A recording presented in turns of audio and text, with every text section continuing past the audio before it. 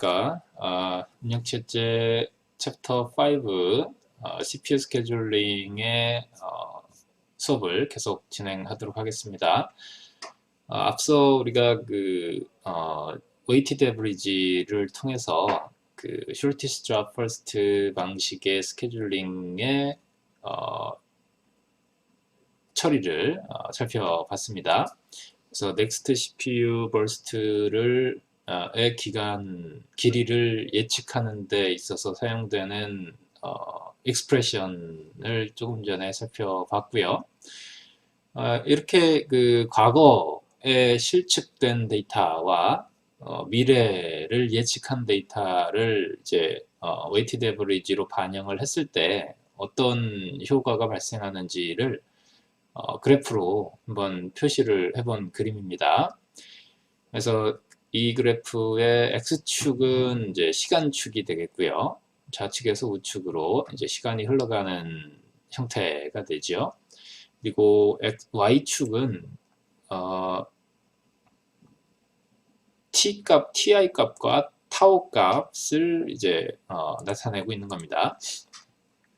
그래서 우리가 실제로 실측을 한 값을 tn으로 표시를 했죠. 그리고 예측하는 값을 이제 타우 n 플러스 1로 하고 있으니까 우리가 실제로 특정 시점, 요 시점에서 ti 값, 즉 6의 값과 우리가 예측하는 타우 i의 값을 이제 같이 예를 들어서 0.5로 반영을 시키게 되면 이 10과 6의 중간 값인 8 값이 나온다. 이런 형태로 계산을 할 수가 있겠습니다.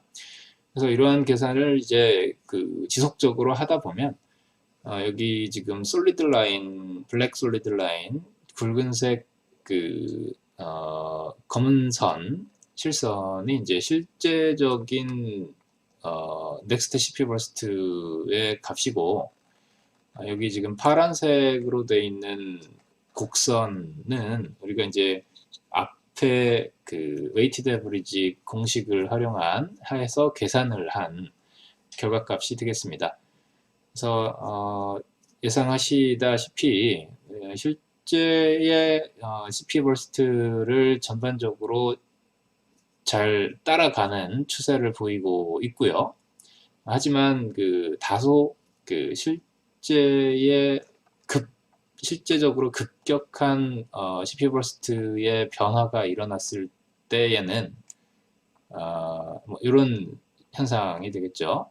급격하게 4에서 12 이상으로 CPU 버스트의 랭스가 길어졌는데 그렇다 하더라도 우리 이 웨이티드 에버리지의 값은 과거의 수치를 상당 시간 동안 반영을 하기 때문에 즉 4나 6 정도의 이 부분이 이제 지속적으로 이 공간에 반영이 되기 때문에 급격하게 곡선 즉 웨이티드 에버리지에 의한 넥스트 CPU 버스트의 길이가 즉시 높아지지는 않는 것이죠. 하지만 이제 시간이 흐름에 따라서 과거의 비중이 약해지기 때문에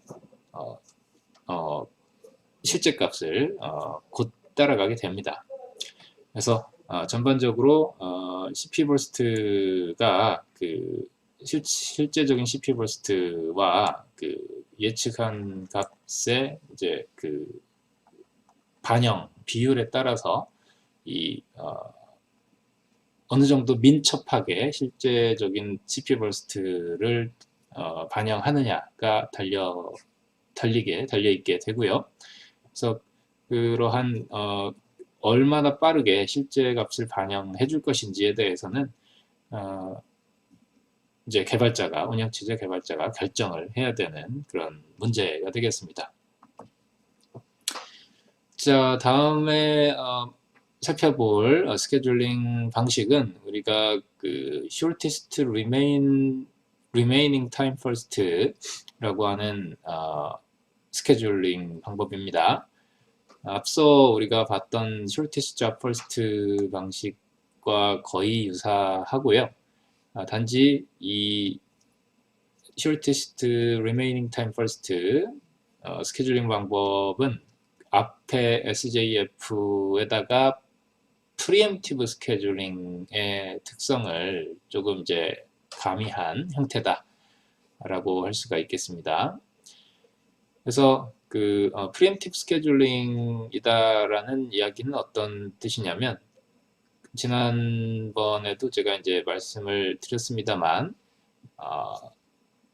임의의 시점에, 즉 현재 CPU를 점유하고 있는 프로세스가 자발적으로 CPU를 놓지 않더라도 임의의 시점에 내가 새로운 프로세스가 현재 CPU를 잡고 있는 프로세스를 밀어내고 너 나가 이렇게 이제 밀어내고 CPU를 잡을 수 있는 방식을 우리가 이제 프리엠티브 방식 스케줄링이라고 이야기를 하죠.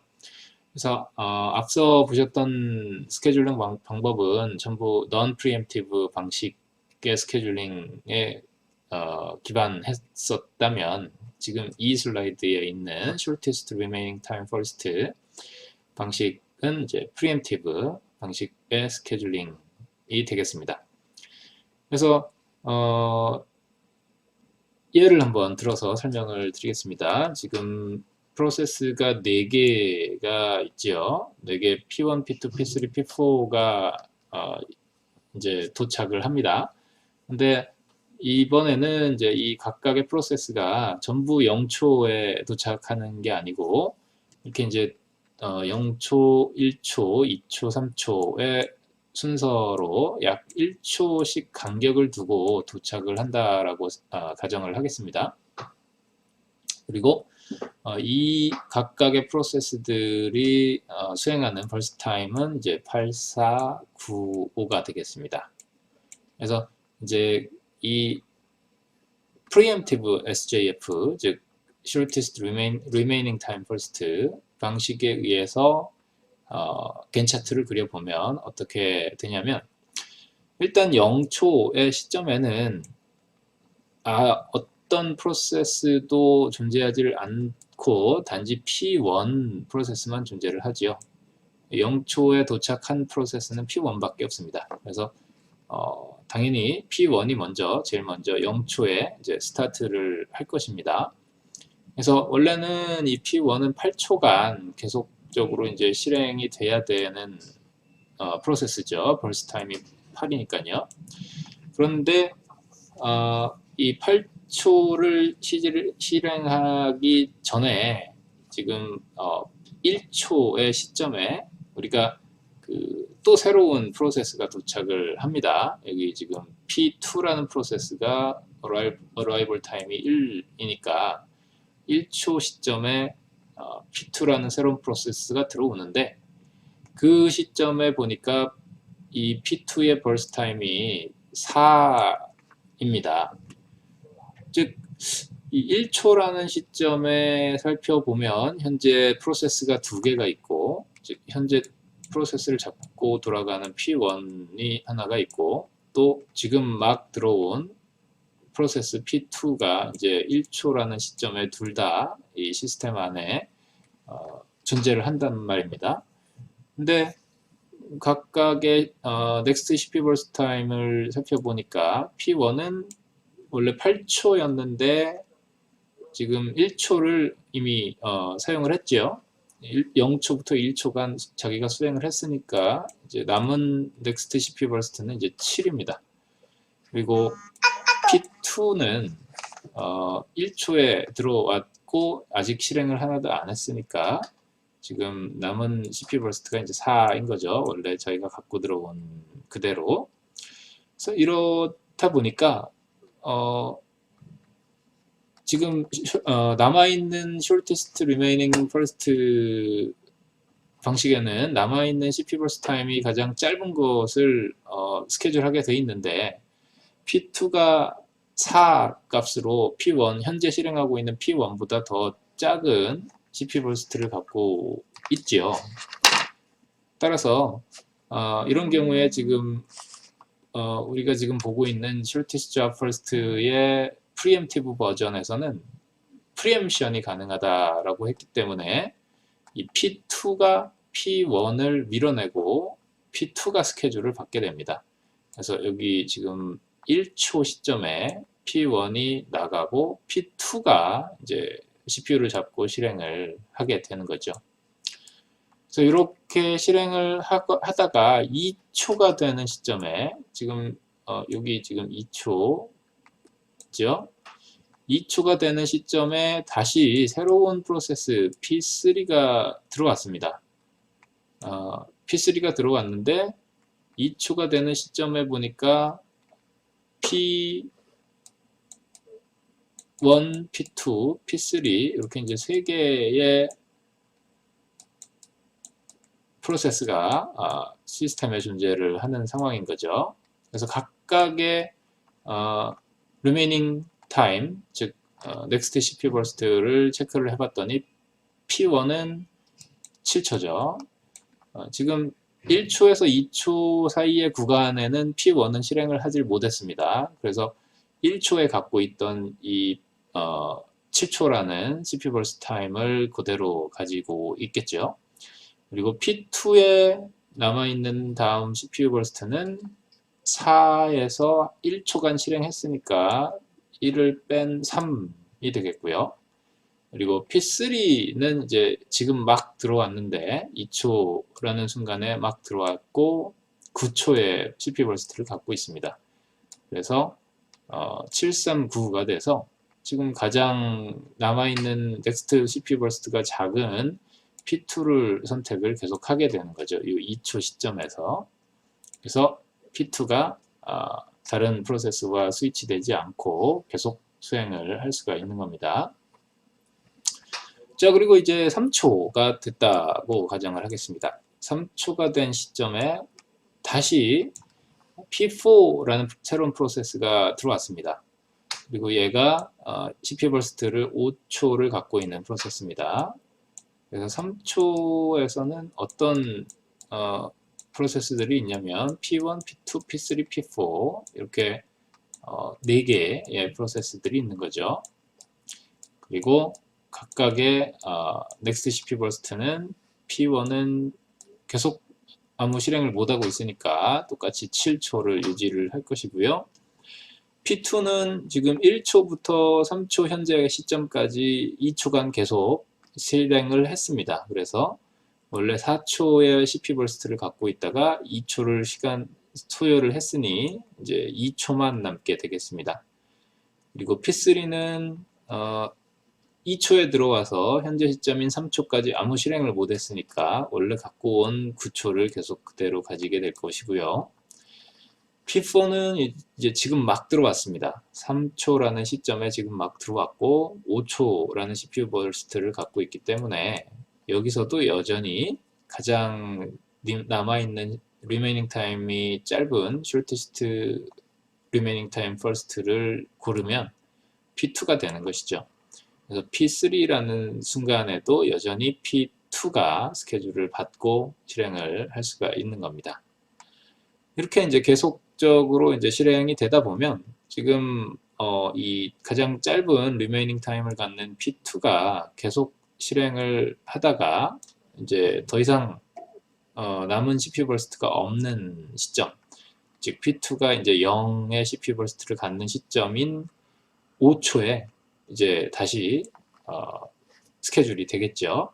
그래서 P2는 이제 0초가 돼서 더 이상 실행할 것이 없고 남아있는 P1, P3, P4 프로세스들 중에서 이제 가장 낮은 remaining time이 낮은 P4가 이제 그 다음번 수행을 시작하게 됩니다.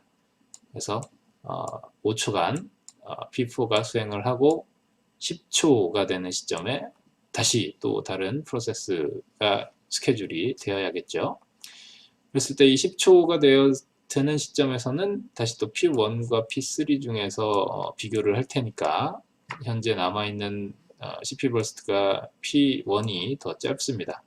그래서 10초부터 7초간 P1이 수행을 할 것입니다.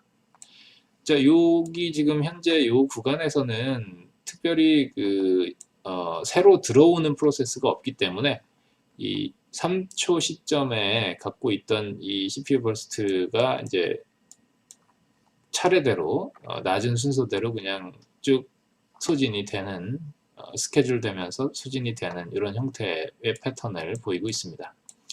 그래서 이렇게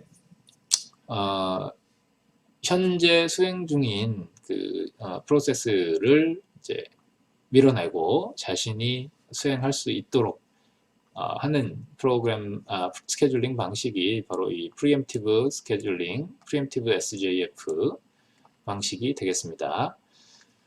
이런 경우에 우리가 이제 그 웨이팅 타임을 한번 계산을 해보도록 하겠습니다. 지금과 같이 그 프로세스가 이제 수행을 하다가 중간에 언제라도 이제 밀려날 수 있는 이런 프리엠티브 방식의 스케줄링에서는 웨이팅 타임 계산이 약간은 좀 더 그 정교하게 들어가 줘야 됩니다.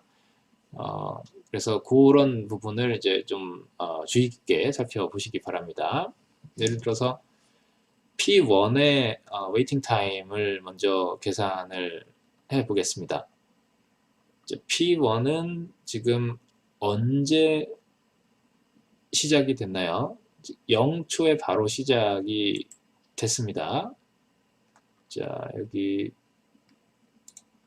P1의 웨이팅 타임은 P1이 들어오자마자 시작이 됐기 때문에 일단 현재 이 시점에는 웨이팅 타임이 하나도 없습니다. 그런데 그 P1이 1초를 실행 1초를 스케줄돼서 실행하다가 다시 1초부터 여기 10초까지는 기다렸죠. 기다리다가 다시 P1이 10초부터 실행을 시작했습니다. 따라서 이 구간은 기다린 시간이죠. P1 입장에서. 즉 들어오자마자 P1 프로세스가 0초에 시작을 하긴 했으나 이렇게 시작해서 쭉 실행을 하고 끝났으면 웨이팅 타임이 전혀 없을 텐데 지금 1초 짧게 실행하고 나서 이렇게 1초부터 10초간 기다리다가 다시 P1 프로세스가 10초에 실행을 재개했단 말입니다. 그래서 따라서 지금 웨이팅 타임이 있는 거죠. 얼마나 있냐면 10초에서 1초를 뺀 즉 9초의 시간 동안 P1 프로세스가 이제 웨이팅을 한 겁니다. 그래서 이렇게 10 빼기 1을 써주게 된 거고요. P2 프로세스의 경우는 어떻습니까? P2는 1초에 도착을 했고 그리고 1초에 도착하자마자 바로 실행을 했습니다. P2 프로세스가. 그리고 이 P2가 갖고 있는 burst 타임인 4초를 그냥 내리 한 번에 쉬지도 않고 쭉 실행해서 끝났기 때문에 이 P2의 웨이팅 타임은 0이죠. 그래서 지금 1초 빼기 1로 표현을 한 겁니다. 그리고 P3의 경우에 P3 프로세스는 2초에 들어왔고요. 그리고 P3가 수행된 시간은 17초입니다. 따라서 17 빼기 2가 되어야 이제 P3의 웨이팅 타임이 되겠죠. 그리고 P4는 어떻습니까? P4는 3초에 들어왔는데 P4가 실행된 시간은 이제 5초죠. 따라서 5 빼기 3 해서 이렇게 웨이팅 타임을 각각 합산을 해주고 다시 전체 프로세스의 개수인 4로 나누면 이게 이제 에버리지 웨이팅 타임이 되겠습니다. 그래서 약 6.5 밀리세컨드의 웨이팅 타임을 갖는다라고 할 수가 있겠습니다. 자, 이렇게 그 shortest remaining time first, 즉 SJF의 preemptive 버전까지 살펴봤습니다. 이제 그 priority scheduling이라고 해서 우리가 우선순위 스케줄링이라고 부르는 방식을 소개를 하도록 하겠습니다. 자, 이 우선순위 스케줄링, 즉 프라이어리티 스케줄링은 각 프로세스의 우선순위 숫자 정수값이 이제 각각 부여가 되는 방식이 되겠습니다. 프로그램을 수행을 할 때 이 프로그램을 얼마나 높은 우선순위로서 처리를 할 것인지를 이제 결정을 하는 것이죠. 그래서 이런 프라이어리티 값이 각 프로세스를 에 결합이 되어 있기 때문에 우리가 스케줄링 할 때, 운영체제가 스케줄링을 할 때 이런 프라이어리티 값을 가지고 기반으로 해서 스케줄 결정을, 디시전을 내릴 수가 있습니다. 이러한 프라이어리티 스케줄링 방식은 주로 어느 용도에 사용이 되냐면 리얼타임 프로세스, 리얼타임 OS, 즉 실시간 운영체제 쪽에서 주로 많이 사용이 됩니다. 물론 뭐 꼭 실시간 운영체제에서만 사용하는 것은 아니고 일반 운영체제에서도 아주 개수가 작긴 하지만 아주 중요한 작업을 다루는 프로세스들에 대해서는 이러한 프라이어리티 스케줄링을 혼합해서 사용하기도 합니다. 자, 그래서 이 프라이어리티 스케줄링은 우리가 만약에 프라이어리티로 지정해주는 숫자, 인테저 값이 작을수록 높은 프라이어리티를 갖는 형태로 사용을 할 겁니다. 그래서 뭐 프라이어리티가 1이다 라고 했을 때 프라이어리티가 10인 프로세스보다 우선순위를 갖는 이런 형태가 될 것이고요. 이 프라이어리티 스케줄링 역시 프리엠티브한 방식으로 구현될 수가 있고 또 non 프리엠티브한 방식으로 구현될 수가 있습니다. 예를 들어서 프라이어리티가 높다라고 해서 뭐 무조건 현재 수행 중인 프로세스를 밀어내고 그 프라이어리티가 높은 프로세스가 수행이 되는 방식이 이제 프리엠티브 방식일 것이고요. 반대로 프라이어리티가 높다 하더라도 일단 현재 수행하고 있는 프로세스가 현재 설사 프라이어리티가 조금 낮다 하더라도 이 프로세스의 수행을 다 마칠 때까지는 기다려주고 그 다음 스케줄 할 때 현재 우선순위가 높은 프라이어리티를 갖는 프로세스가 스케줄 되도록 하는 방식이 이제 non preemptive 방식이 되겠습니다. 이 프라이어리티 스케줄링은 사실 우리가 과거에 살펴봤던 SJF라고 하는 Shortest Job First 스케줄링도 역시 일종의 프라이어리티 스케줄링으로 볼 수 있습니다. 예를 들어서 이 SJF에서 프라이어리티를 Next CPU Burst Time 이라고 보면 이게 일종의 프라이어리티 스케줄링인 것이죠.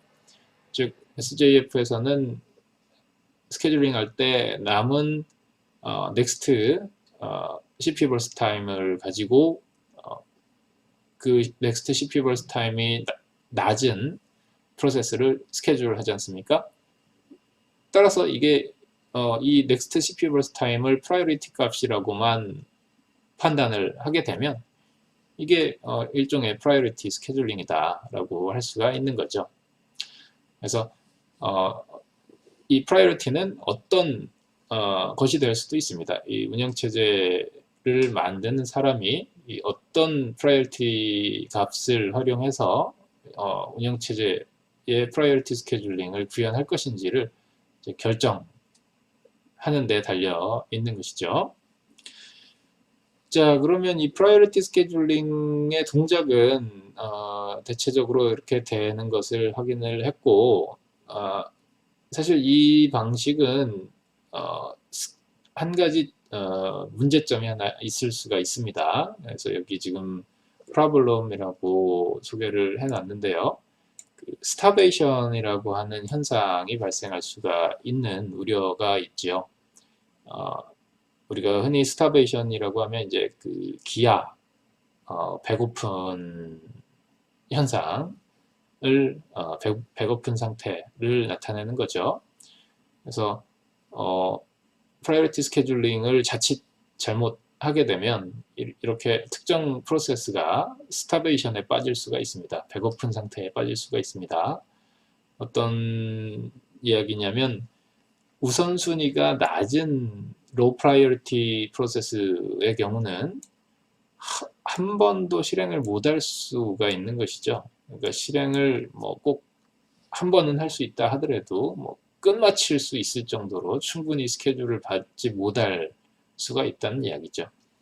왜냐하면 시스템에 계속 이제 우선순위가 높은 프로세스들만 계속적으로 들어오게 되면, 끊임없이 들어오게 되면 사실상 이 낮은 프라이어리티를 갖는 프로세스는 수행할 기회를 잡을 수가 없지 않습니까? 그래서 이런 로우 프라이어티 프로세스가 스타베이션에 빠질 수 있는 그런 우려가 있지요.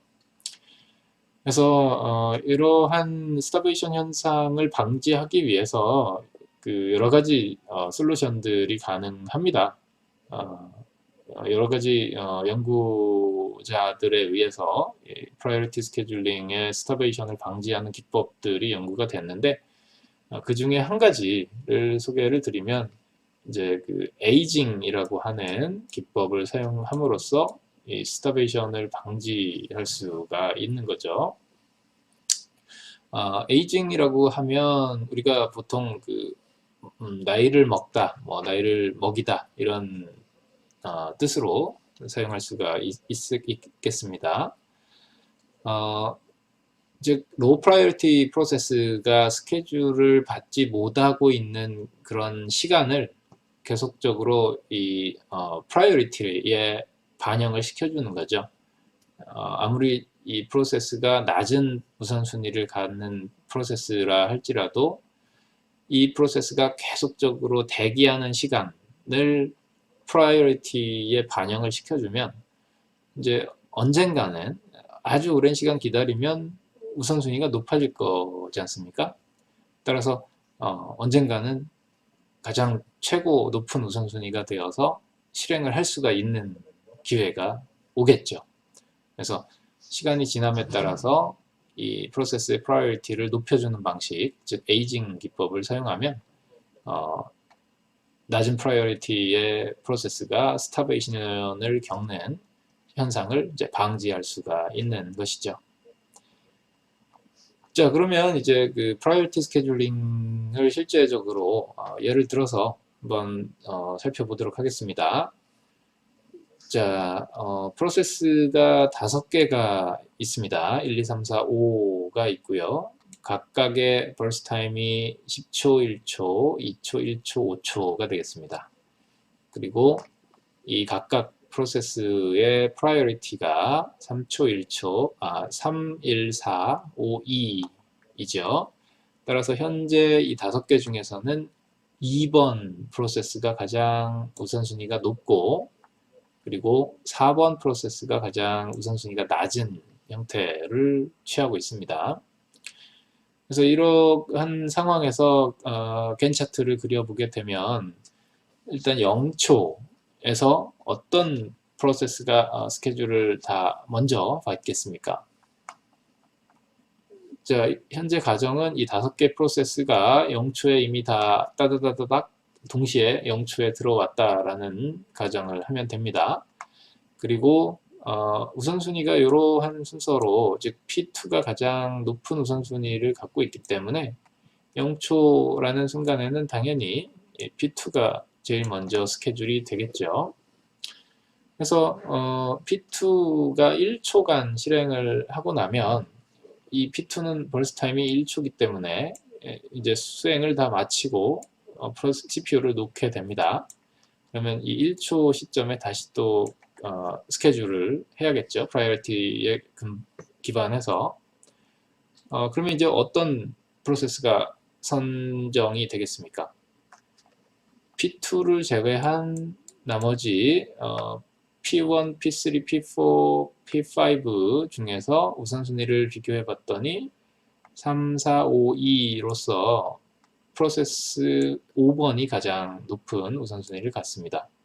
그래서 프로세스 5번이 1초 시점에 시작을 하게 되고 5초간 실행을 합니다. 그래서 6초가 되면 다시 또 이 프로세스 5번이 실행을 종료할 것이기 때문에 다시 남아있는 P1, P3, P4 중에서 가장 우선순위가 높은 3번 P1이 실행을 하겠습니다. 그래서 P1의 벌스 타임인 10초간 실행을 쭉 하게 될 것이고요. 이제 16초가 되는 시점에 다시 프라이어리티 스케줄링에 의해서 스케줄을 하게 되면 P3와 P4 중에 높은 우선순위를 갖는 P3가 수행을 2초간 할 것입니다. 그래서 18초에는 다시 P4가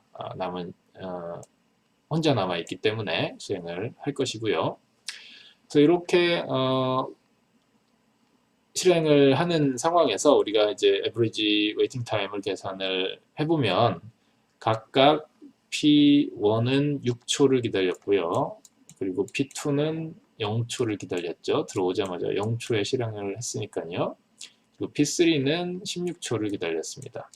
그리고 P4는 18초, 그리고 P5는 이제 1초를 기다렸기 때문에 이거를 다시 다 더해서 5로 나누면 이제 average waiting time인 8.2초, 8.2 밀리세컨드가 나오겠습니다.